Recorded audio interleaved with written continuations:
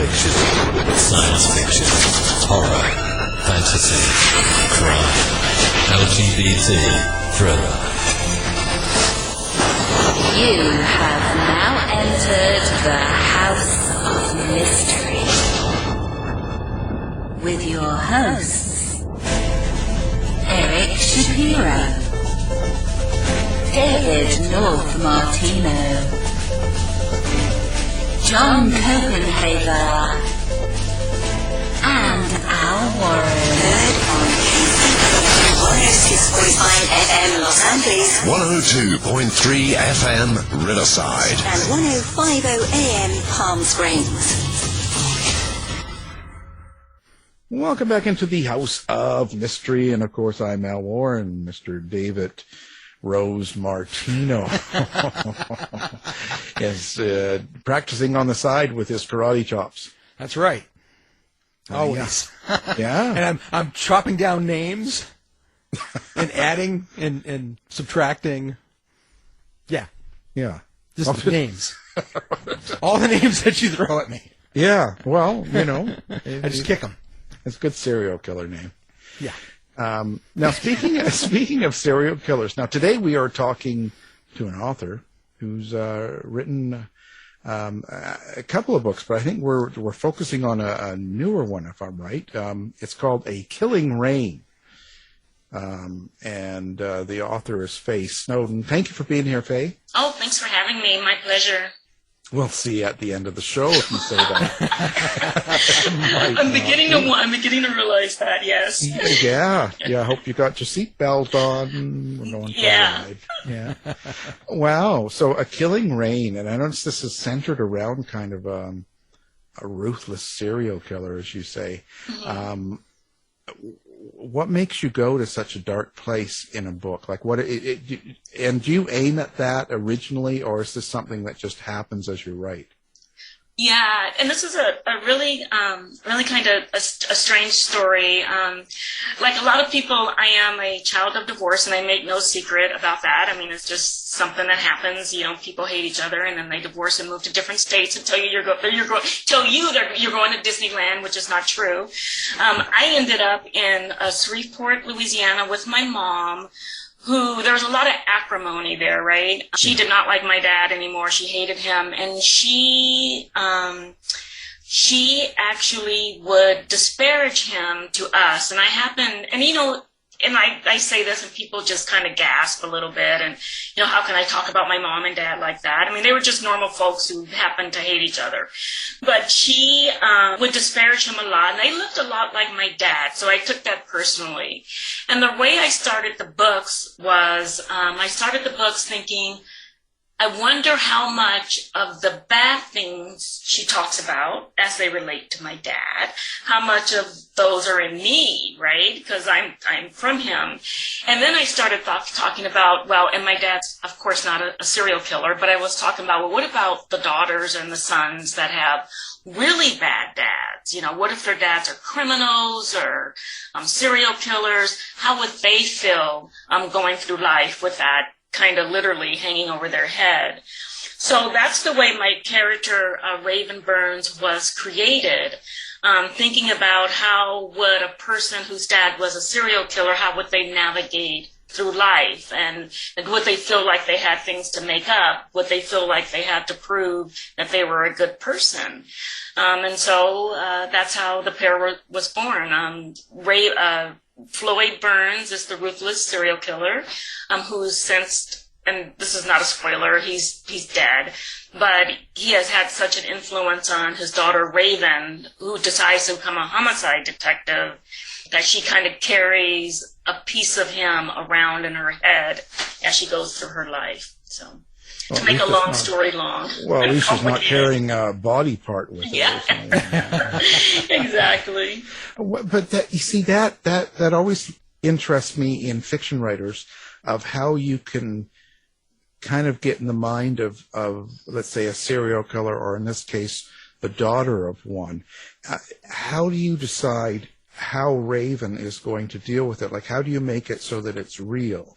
Because your dad's not a serial killer, I'm guessing. Mm-hmm. So in that case, who do you look for, or who do you research? Do you go out and find someone that's really done this and kind of try to find out what their reactions were, or is this something that you can just dream up yourself? That is such an interesting question. I know that I don't know whose daughter it was, but someone's daughter did write a book about being the daughter of a serial killer. I thought about like checking that out a little bit, but I didn't. I'm a firm believer that everybody, all of us, are capable, right, of doing dark and demented things. And I think that there's like a dark place in all of us. And for me, I hope fans of Minority Report maybe think my ball's about to drop. Go get her. I think that that's where I went. I just went to that dark place that we all have, and then it just came from there.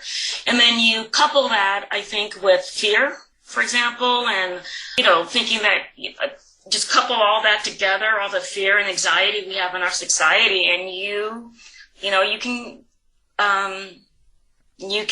get there. And that's how I got there with Raven. I never know from one minute to the next what, and I know this sounds really kind of, author-y to say, but I really don't know how she's going to turn out, right? The goal of the 4 books is at the end of the series, which is based on Earth, Wind, Fire, and I'm forgetting one, Water, Killing Rain. The end of the book, the reader is going to understand exactly the type of person she's going to become. So I don't even know what that is. Yeah. Yeah. Well, do we need to look in Shreveport? Maybe Dave, look up Shreveport. See how many serial killers there are. Because were you out there actually kind of maybe testing the waters? Exactly. You get the real knowledge. You get out there and do it, and it's like, well, that's what it feels like. I mean, I don't know, because the darkness that I feel isn't really based around serial killing. Well, just think about the fascination, and I know you've written books and done studies on serial. Just think about the fascination with serial killers, right? But for me, that fascination is I have always been really gobsmacked about the things we as human beings will do to each other. I mean, right. Terrible, terrible things. As societies, as governments, as, citizen to citizen. And to me, the serial killer space is the microcosm of the very dark side of our society. So that's why I've always liked, researching, and I know about them, like a surface knowledge, but I don't know like a lot. I mean, I can name them, but I don't get really down into the nitty-gritty details. But that is why I like writing about a serial killer. And I think, if I'm not my understanding is that serial killers are uniquely American phenomenon, is it? Well, no, it isn't. It isn't at all. But okay. People think it is. Mm-hmm. It's a particular type of person that kills in America. The serial killers tend to be slightly different, mm-hmm. but it's not better or worse. So in Germany, quite often their serial killers eat their victims. It's like a 70% norm, whereas that's not a norm in the U.S. I think what's specific about the U.S. Is the mass shootings and the killings, like the school shootings and the club shootings and all that. That's something that typically doesn't happen in other countries, and not to the extent. So, but interesting. Yeah, but for sure, they do have their own style. Their own fashion sense. Lederhosen. Yeah. That's it, What struck me as interesting is you were taking it from a child of a killer, which, that question has been brought up to me lately in the last year, and I've been addressing this quite a bit on what would you do if someone you knew you found out was a serial killer? Like, how would you react, and how would you treat that person, and how would that change your relationship, or would it? When you've brought the daughter into it, I think that's going to cover a lot of that ground. I'm saying is because everything how she lives her life, like she's a detective and she's getting into all this stuff, a lot of that is centered on her dad being this person. Yes. Yeah. So I just wonder how much, when you don't know something, and find out, or how much when you know. It's just an interesting sort of thought. So you must be, in a sense, a lot of you must be in this character, Raven. Yeah, as tough as she is, but I think there's some, especially when I was younger. I mean, growing up like that, with parents fighting over each other or fighting over your head, you just, cynicism, anger, just, you like be a rule follower. If I found out though that someone in my family was a serial killer, it would really depend. If it was my kid, first of all, I would be extremely surprised. But that unconditional love, I think, would kick in, where you're. I sound like somebody who just forgot their homework. I'm very disappointed in your behavior, but I will always love you. Yeah. Yeah, kind of thing. Yeah. Yeah. So it depends on how close that person was to me, and then I think I would still, even if they were proven to be like a sociopath or whatever, I would probably treat them as a sick person, not necessarily as someone that I would never want anything to do with. I understand the victims. I mean, oh my gosh, that would just break my heart in two. And for myself, I would feel like, how did I bring that into this world, right? I would feel in some ways responsible. Oh, yeah. I don't think we know how to deal with that question of a serial killer being your son or daughter. You know what I mean? We don't know what to do. We don't, do we? And I think, Al, I think the reason that, and here I'm going to get really deep, and you guys can bring me out of this if you want, and start like it up. But I think that's because we think that we're, at our heart, I think that we don't, as a society, especially in American society, we're always living with that duality anyway, since all through history. But you got to, in my opinion, in my humble opinion, you got to understand and embrace your dark side. You got to know that, yes, in some circumstances, I would be able to go there. So if you know that that's within you, then you know how to deal with it. You know how to control it. You know how to keep it distant from what I think is your, that's the real you. But this, because we don't acknowledge it, right? We want to be the people that are on Leave It to Beaver and, coming out with the apple pies, and the villains we need are just Eddie Haskell. I know those are references that not your audience will understand. But I'm just talking, but that's not, just you got to be able to look at yourself in a realistic and holistic way, so you can make the choices that are you, right? That fit your moral compass. Yeah. Well, during this process, then, did you find yourself waking up in the middle of the night all freaked out and mud on your shoes and blood on your hands? I mean, this process of getting to know your dark side, I wonder if, maybe... No, because, I didn't. I was telling a friend of mine that from the time that I was little, I have had nightmares every single day. I mean, every night I go to bed, there's a nightmare. And when I met my husband and we were getting married, I told him that. I said, we were talking about dreams, and I said, I have nightmares every night. He goes, Faye, that's not normal. And I'm like, really? That's not normal. He's like, no, it's not normal. So, there's not a lot that scares me in movies and fiction, and I think because I don't know why.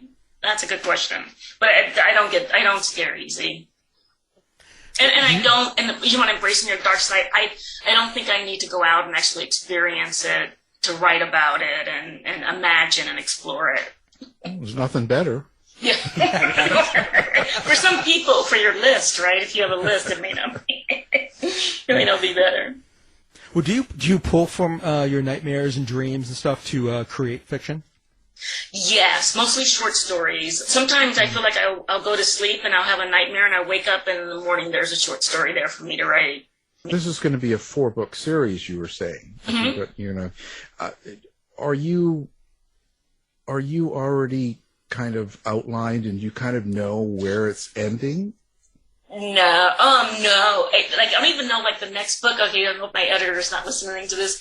I was kind of playing around with somebody yesterday. I go, it's all ready to go. I have it all edited. And I've got it written down, in my head. It's not written on paper. So, no, I don't know. I don't know how she's going to end up, right? Because every book, she's going to make a decision. There's going to be one decision that's going to take her along either the wrong path or the right path. And right now, she's already made two decisions that is looking like the wrong path. But I don't know what the next two books are going to bring. Wow, that's interesting because you've got it. Then how do you know it's only going to be 4 books? Maybe it'll be 5. Oh, when I was conceiving of the series, I wanted to do something, you have to do, it's a little bit gimmicky, but it's based on earth, water, fire, and air, the 4 elements. So since there are only 4, I'm keeping it to 4. What about liquor? Liquor? Isn't that the 5th element? Yeah, the 5th element. Yeah. Oh, yeah. Well, you mentioned the elements. Is there kind of an occult connection to the serial killer? Is that what the element connection is? No. I think that I've also.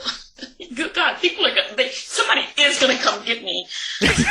Yeah, they're on the way. So. The first book is called A Killing Fire because I have and I didn't know this until my sister, when she saw the book, she goes, I knew you were going to write a book about fire because you've always been overly fascinated with fire. And I'm like, really? She goes, yeah. So when the first book was A Killing Fire, I'm like, I don't want to write this series forever. I'm not the kind of writer who can pump out, 20 books in a series.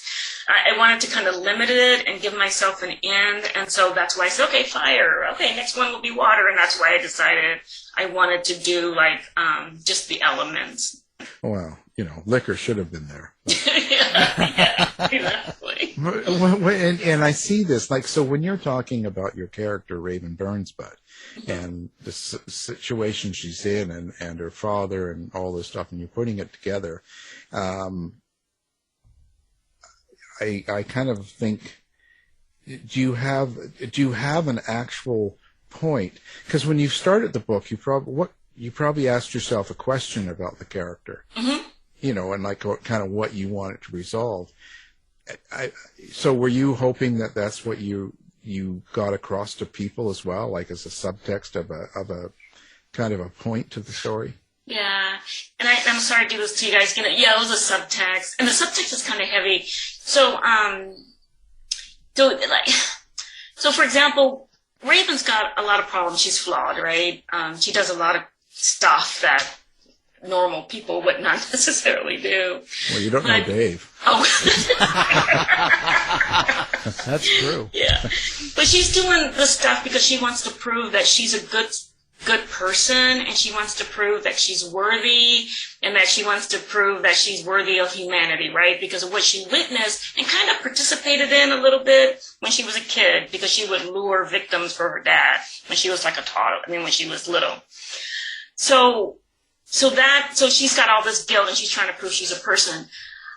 I happen to think that you'll never be successful trying to prove to someone that you're human, right? First of all, the person that you're trying to prove it to has already made up their mind. And second of all, you have nothing to prove, because humanity, when you're born, you get that. That's like table stakes. You get humanity. You're a human.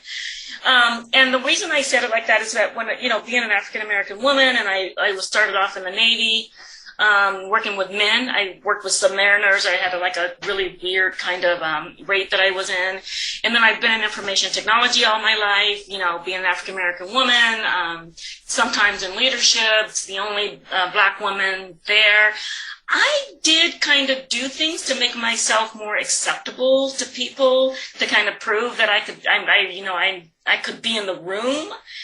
And I guess, I don't know what happened, but maybe it was age. When I think I turned 50, and I'm like, yeah, I'm kind of done with that. And so I don't do with that. I don't some things you have to do. Just, in order to be effective in your communication, right? So if I'm talking to someone that maybe you need to maybe question more than direct, then yeah, I'll change my communication style. But I'm not going to change anything about me being a black woman, right? I'm tired of it. So what I was trying to get across, like, I don't straighten, I mean, and I, hands down respect to anybody. Do anything you want with your hair, but I choose not to straighten mine, for example. But so one thing with Raven, what I want to get across is that she's on the wrong path, right? You don't have to prove that, right? You just need to live your life the best way that you can and do the best that you can, and that's what I'm trying to get across. I don't know if people are going to know, get that or not, or. Anyway, that's a long answer. Well, no, it's kind of interesting to always hear kind of what you hope people take away from the book. Right. I mean, it's, and if they didn't get it, well, they know now. Mm-hmm. And if they still don't understand, then too bad. Yeah. I mean, I would never straighten my hair either, but I don't have any. So that's just not going to happen. Yeah.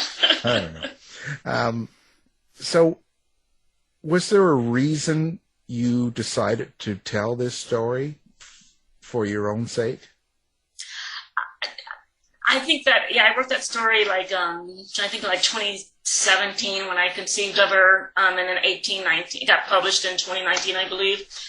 I think I was probably struggling with some of that stuff myself, right? Am I going to continue this, this code switching, and in the big business, there's all this stuff about authenticity, or am I gonna, I think I would, and then, after you get a certain age and your parents get up there, my mom since passed away, you ask yourself, how much am I gonna carry some of the load and, and resentment and that type of thing toward an aging parent and stuff like that. And I think I was asking myself a lot of those questions when I wrote. And how she came to be, kind of, a lot of people say writing is therapy. I don't want to go that far, but like just kind of explore things on paper. Because I found out a lot of things when my sisters read the book. They said, "Oh, you put in the book that time that da-da-da-da-da," and I went, "That happened?" "Oh yeah, that happened. Remember we were leaving with that house with the big tree by it?" I'm like, "No, I don't remember that." But things like that didn't make it in the book that had to do with fire. But yeah. So you're having blackout memories with fire. Yeah. Okay, so let me see. I'm up in the middle of the night with mud on my shoes, right? Yeah. We're starting to put pieces together here. Yeah, exactly. We'll get some help to you soon. Yeah. It's just always, there has to be some sort of therapy to it in a sense if you're kind of writing out things, because even if you didn't publish a book, if you're writing it down and you're thinking about it, you do work through it, and you come out the other end kind of having felt kind of some of your thoughts and answering some of your questions. So in a way, that is kind of an achievement, kind of a therapy in a sense, So it's a good process. So how do you see your characters? And I ask this with respect, though it sounds silly, but do you hear them, to see them, feel them? Like where is this situation for you? How do you work with your characters? It is so funny. And then I know that I am sincerely, when I say this, people are going to think that I'm very, that I need help. My good characters, they come to me whole. Was it like Athena springing out of Zeus's head? And Floyd, who is the villain, that's Raven's father, actually to me kind of showed up, sat down, and started talking to me. And he's wearing this white suit with fedora with a peacock feather, and I could tell he was crazy as a bag of cats. He was crazy as a bag of cats from the beginning. And that's how he came. And the books that I wrote before this, I did romantic suspense. My protagonist came to me like that. He just started talking in my ear. Some characters, though, you do have to work on them, right? You do have to explore who they are, what their likes are. You have to do like a character study and a character analysis. So I have to do that with a lot of secondary characters. But if I'm lucky, my characters will come to me, already conceived. Wow, and they're talking to you in your ear. Yes. Right they now you talk can't see, but I have my hand on my ear and my, Right. And did It they, happens to me too. Yeah, well, and they talk to you while you're driving, Mrs. No. Sometimes I'm just kind of laughing because the first time I heard the audiobook of A Killing Fire and the narrator did Floyd's voice, I almost wrecked. I mean, she was so, I had to and that did scare the bejesus out of me when she did that. So. Have your characters ever done anything? I mean, it seems like they have surprised you, but I'm wondering if they've ever rebelled against the plot of your book. I'm trying to think. I used to say no, and I used to say, oh, that's ridiculous. But I think that when I'm writing, things take a turn that I didn't expect. So that happens more than the characters rebelling against me. Yeah.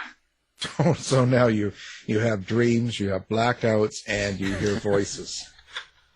You're learning a lot. This is terrible. This is great. This is great. I am a nice person, though, Al. Yeah, hold on. Dave, get Dr. Phil on the line. Okay. Yeah. Let's get some help here. This is beyond what we can help here. I have him on speed dial. Yeah, just hit Phil. We need help, Phil. We don't know what's going on. Well, that's great. But at the end of the book, when you finish one of these books, did you ever look back and kind of see things in it that you didn't realize? Or did you learn something about yourself when you go through a process of a book? Yeah. I want to say no, but I know I'm just not thinking about it enough. I'm pretty sure I did. I tell you one thing I learned. I learned that I can write a book. That's what I... Because when I'm starting that book, I'm like, there's no way this is going to get done. And then when I finish the book, I go, wow, I just wrote a book. I have no idea how I did that. That's probably what I learned more than anything. Well, you probably learned how to cover up the murders. Yeah. Yeah. As a matter of fact, you know what? This is going to get me into trouble, but Casey White and the couple that just went on the run. Yeah. And they got caught. And the guy sounded like a real jerk, right? He needs to pay for what he's done. But I was thinking to myself, there are so many ways that could have worked. Yeah. I was thinking, it's like, why did you do this and why did you do that? Why didn't you do the other thing? Yeah. So, but it's never going to turn out good, and it's just like the Dan Amora one. You must know it's not going to turn out good. Right. Especially when you're in that business. Yes. Right? At the end of the day.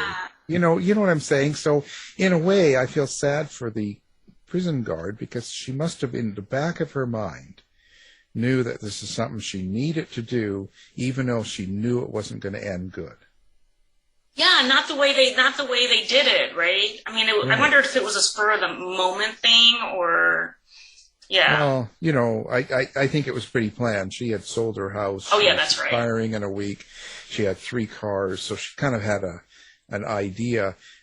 But you have to know at the end of the day and in your mind after being in that business so long that, it's going to end in fire and death. That's sad. But it was worth the trip, I guess is what I'm saying. In her mind, she must have thought this is something that she's always wanted. Mm-hmm. And she just did it. And that's great in a sense, but it's sad that you have to put yourself through that and know that it's going to end badly. You know what I'm saying? Like, you're willing to deal with that kind of an end.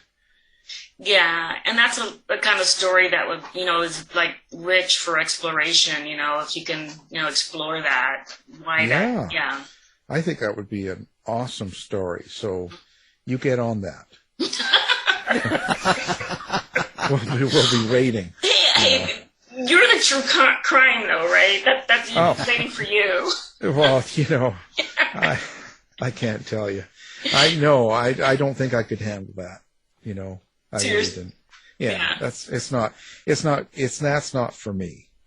So where do you want to see yourself go in time? Like, after these four books are done. You know what? as an author, I've been in this business like 99 from 2007. I was publishing, and then I had to deal with teenagers, I had to quit. I had to choose either my job or to continue to write and publish. And then I got back in the business around 2000, like I said, 17, published in 2019. I used to, when I first started writing, I had that Stephen King dream, right? That I was going to put my book out there, and then all of a sudden I was going to get a phone call, and somebody was going to say, we're going to give you a $250,000 advance because you're so talented, and you're going to be rich beyond your wildest imagination, and yeah. But since then, I've thought about it, and I've been pretty lucky in my life with the family that I have and, the life that I have, that I don't think I want that. I mean, that would be nice, but I don't have to have that. I think what I want to be able to do is continue to write and be read. Like a lot of people say that, oh, my goodness, I'm a writer. That's what I am. I'm going to write, but I don't care if anybody never reads me. But that would drive me crazy. I want people to read what I write. So if I was able to publish, and people read my writing, that's good for me. Wow. Yeah, and that's a really good attitude in the sense, because then you'll be writing good stuff. It's going to have meaning, right? You're not just doing it to try and keep up with the Joneses, so to speak, or keep up with a contract of, they give you $250,000, so you feel the pressure to do a certain amount of sales. I think it's a better attitude. How do you deal with readers and being in the public then? Are you okay with social media's complete let's say anybody in the country or even the world has access to you, sort of? Yeah, I'm okay with that. 10, 15 years ago I wouldn't have been, because I was, like I said, I was in that moment where I was hiding. I had this very bright line between my private and public persona. And since I've, matured, that's, I'm just me all the time. So I really try not to, to kind of create some persona that I want out there, or rep or whatever. So that doesn't bother me too much. What does bother me is the vitriol on social media and the attacks and that type of thing just kind of gives me pause. Am I ever going to say something that, offend someone or hurt somebody or whatever? I always believe that you, here I go again. Here she goes again. I always believe that if you lead with kindness and try your best. And then, if you do that, then hopefully you won't find yourself in those situations. So, and be honest, right? And authentic. And if you can't be authentic, don't put it on social media where the world can see it. Because eventually somebody's going to come back around and find out, hey, that ain't her. Let me tell you about her, right? Yeah, it happens to me all the time. Yeah. That's interesting. So do you take criticism or reviews seriously then? I don't read my reviews. Oh, you're one of those. Yeah, and you're not even curious? I am really curious sometimes, but the review business these days, I will read a review, like if somebody says, like a magazine or something like that, I may ask my husband to read it, and he'll tell me if it's good, and then he'll give it to me. I'll read good reviews, but just all this stuff going on with Goodreads, and because somebody wrote somewhere that Goodreads is where authors go to die. That's true. And I was like, that isn't true. Yeah, I don't read reviews. I guess I'm not an author. I do well on Goodreads, so I don't know what. Do you read your reviews? Not so much anymore, but the first years I used to. But now I go there and I just kind of look. Okay, well, 800 reviews, you got about a 4-star out of 5. And then I'm thrilled. Overall, that's great. If I can pull off a 4 out of 5 with 800, 900 reviews, I'm thrilled. Mm-hmm.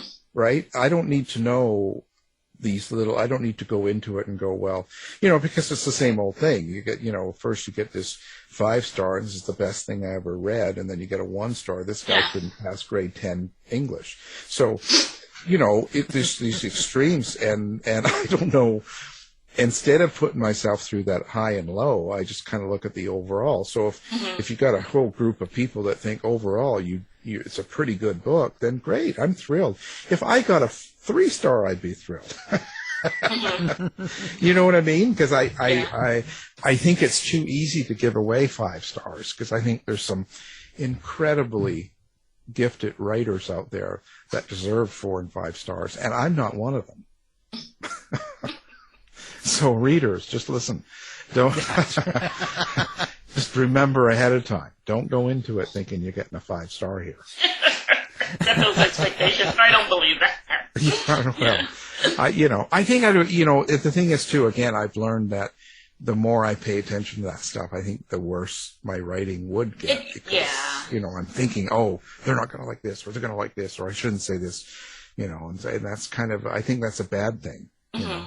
And that brings up, do you worry about being politically correct? Because it's so touchy right now that even people like me constantly get mails and people saying how insensitive I am, and it's not I love people as long as they're not in my house.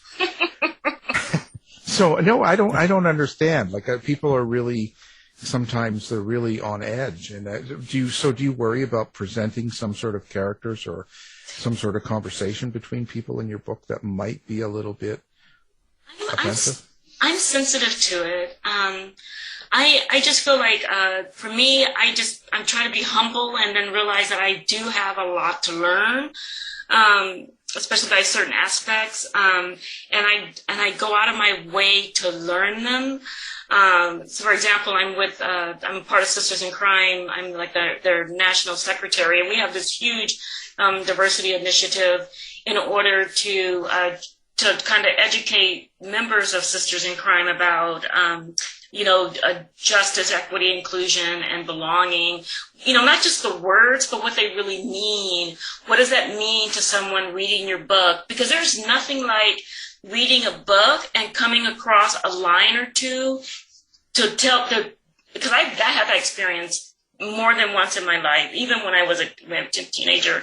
And you're reading your favorite author, and you come across this one line which reminds you, oh yeah, this book isn't for me. Or this book wasn't written with me in mind, or even considering that I existed, right? And, I've come across those lines before, and it's very hurtful, and I continue reading because I love the author, but so what I try to do with my work is I kind of look for that. I'm in this way of continuing education. I mean, just because people think, oh, you're black, that means you know all about this diversity. I'm like, look, I'm a student just like we all are, right? Sometimes I make mistakes. I'll apologize for those mistakes, but I'll and give you my commitment that I'll try my best to do better. And that's how I try to approach it. And it's not like a blame game, or it's not like you're trying to make somebody feel bad or anything like that. I don't believe in shaming people either. No. That makes sense. Yeah, because I think it's about intention. If someone's intentionally being rude or mean or putting someone down, then that's bad. Yes. If someone does it and they don't realize it and they're open to being correct it, so to speak, or to say, do you realize what you just said can hurt this person? I think that's fine. I think there's nothing wrong with that. I don't quite get the anger behind some of it, but, we're all just trying to, can't we all just get along? Isn't that what you always say, Dave? Oh, yes. Or can we all just talk to each other? Because I don't quite get the, that. I mean, either you're on board or you're not. So, and that's where leading with kindness, and I think that'll get you out of a lot of the stuff I find I see people in on social media. Because I'm thinking, why would you post that?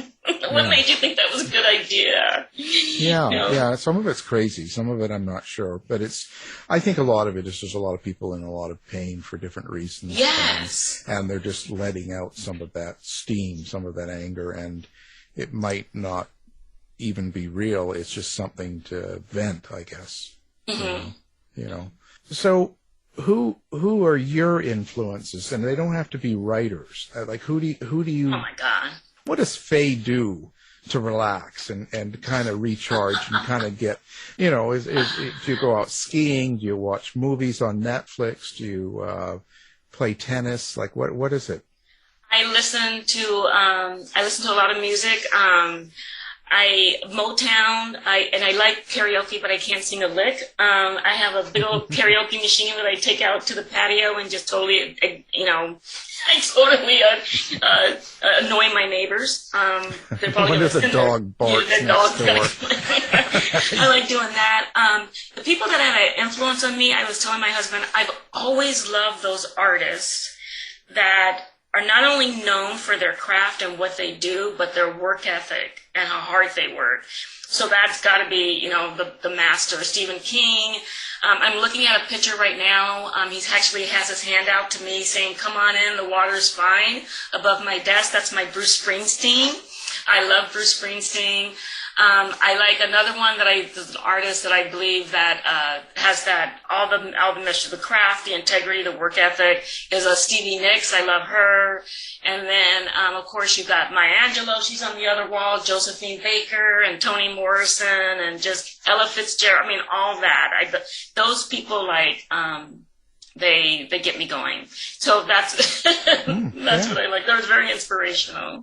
You got my books too, right? There. Oh yeah, there's one right next to me. Oh please, she's got them in the bathroom. Yeah, I know. They don't take good books into the bathroom now. Yeah. National Enquirer magazine and Al Warren's books. That's where I keep it all. I'll tell you. Well, so what's next? So you've got this book out now. How long does it take you to do one of these books? Oh, it takes me about that one actually took me about 8 months when I'm working, and it was during the pandemic too. Did that affect you? That like when you're writing during all that crazy stuff outside? I mean, I know it gives you more time and you're more centered. You're at home and you can. I guess there's more time to write, but knowing that there's all this crazy stuff going on outside of your house, does that sort of get in the way? It did. I actually had to ask for extensions to the deadline a couple times, and I felt awful because I have never missed a deadline. So that happened, and then you have to deal with people around you that have passed away or died because of it, and that wasn't. And then my stepmom died. Some awful things happened in the middle of all that. So it wasn't of COVID, but yeah, and it affected my concentration. I had the attention span of a gnat. I could not concentrate for anything. Wow. So yeah. Yeah. No, it affects different people differently. I've heard all sorts of answers. So It's a strange time, and plus it must, it takes your time going out to those anti-mask rallies and stuff.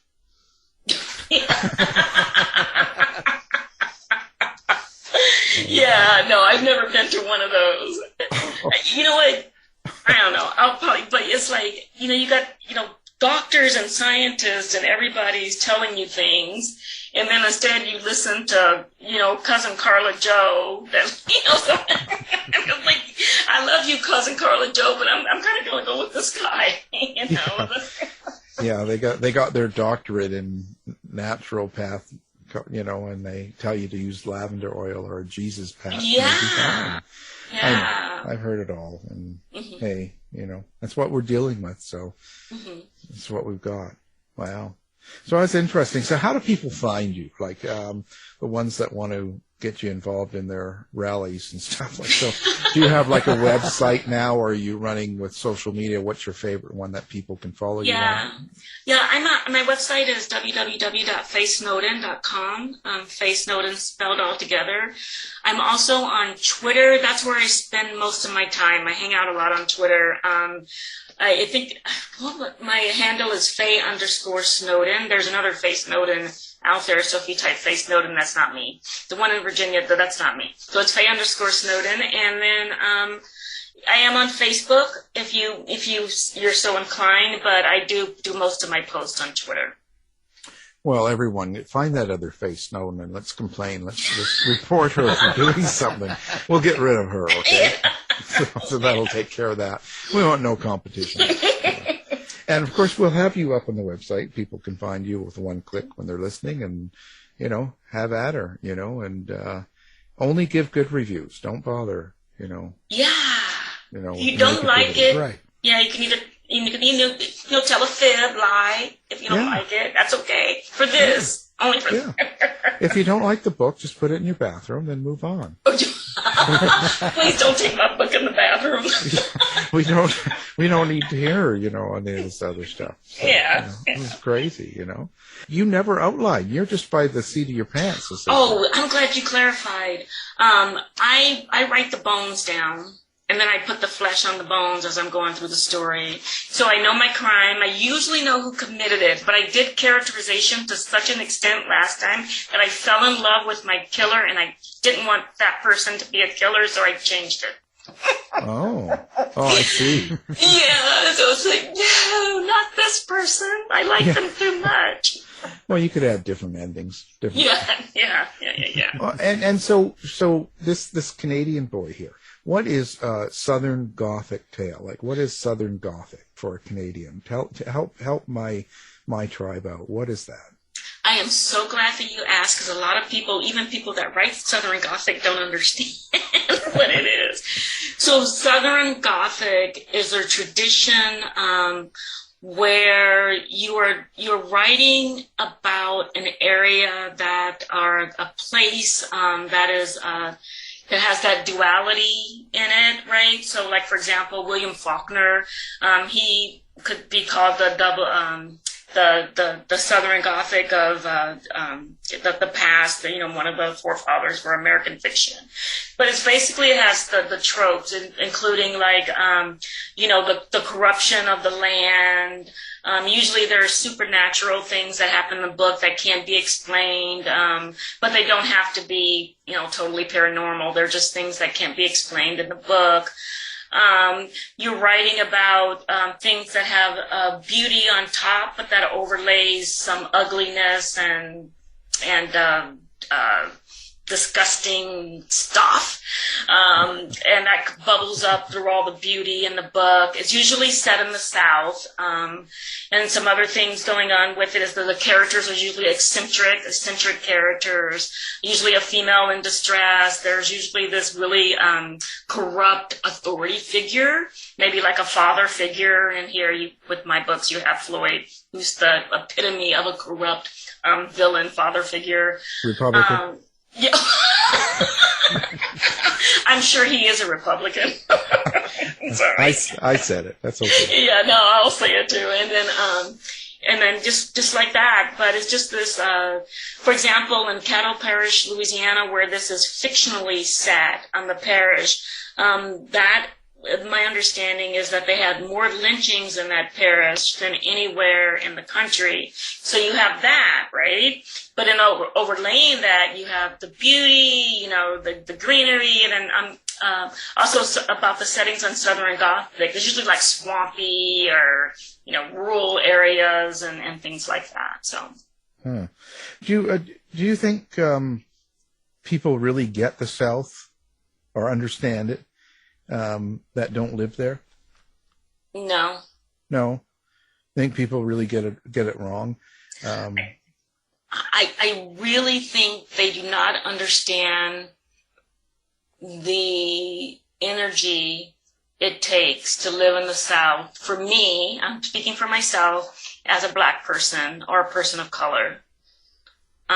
Even today, right? I think that it takes a lot of energy to do that, because there's always like I said, that duality that you have to be mindful of. When I was growing up, maybe it's not that way now. I haven't been back in a long time. I went back for my aunt's funeral some years ago.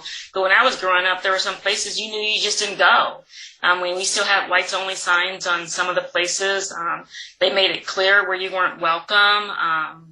Like, for example, when I came back for the Navy, I couldn't even cash a government check in a bank. Things like that. That just seems so weird. Weird. It just seems so. I don't understand it. being from another country.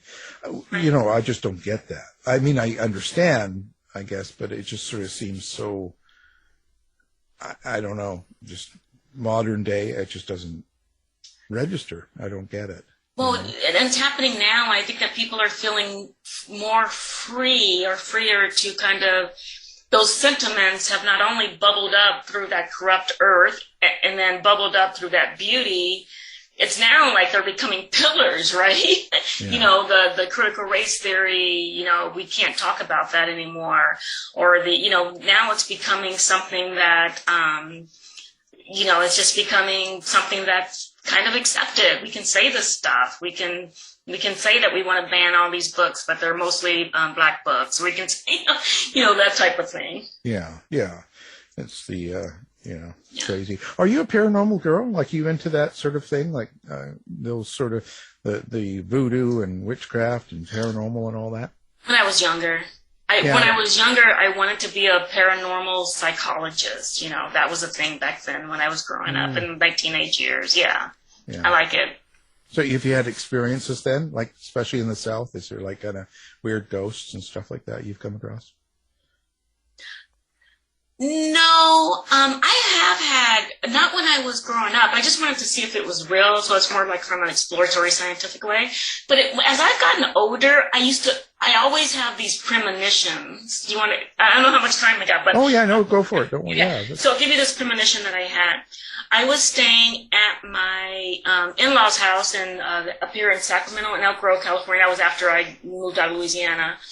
And I went to bed, and all night long, I kept seeing water, and I kept seeing people drowning. This is my dreams, and I remember I had all these kids in my arms, and I would pick up one, another one would fall, I'd pick up them, and everything was drowning. The streets, the houses were getting smashed, and everything. And it was just like not nightmares, right? Every night.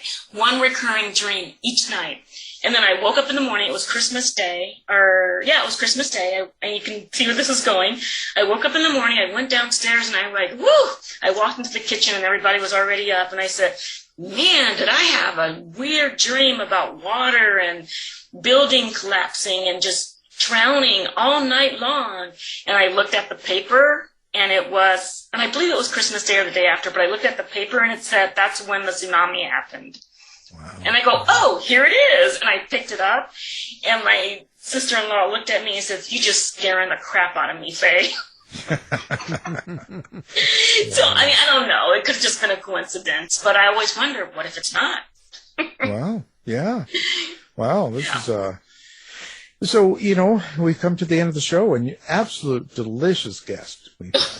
Just amazing. And, like I said, if you see her on the road, run. Okay. Because we don't know if she's walking in the sleep or what's going on. Dark side. She's got the dark side. She's got dreams. She's waking up with blood and shovels, and she can't remember fire things she's done and all sorts of stuff. And she's like, seeing things. And this might be a little bit kind of, it's all right to keep your distance. Now you can, but buy her book. It's called A Killing Rain. It's the book we were talking about today. But, there's a couple, and there's going to be 4 in all. Don't miss this. And, of course, the writer is the guest and the one we avoid. Faye Snowden, thank you for being on the show. Thank you for having me. It's been a pleasure. It has been a pleasure. Thanks, Faye. Tired of wasting time trying to decide what to watch on your streaming service? Go to our website and look for the Martino movie reviews. You've been listening to the House of Mystery radio show. To find out more about our guests, hosts, or show, go to www.houseofmystery.com. Show's over for now. Was it as good for you as it was for me? Yeah. Good night. This has been a production of Something Weird Media. I'll be back.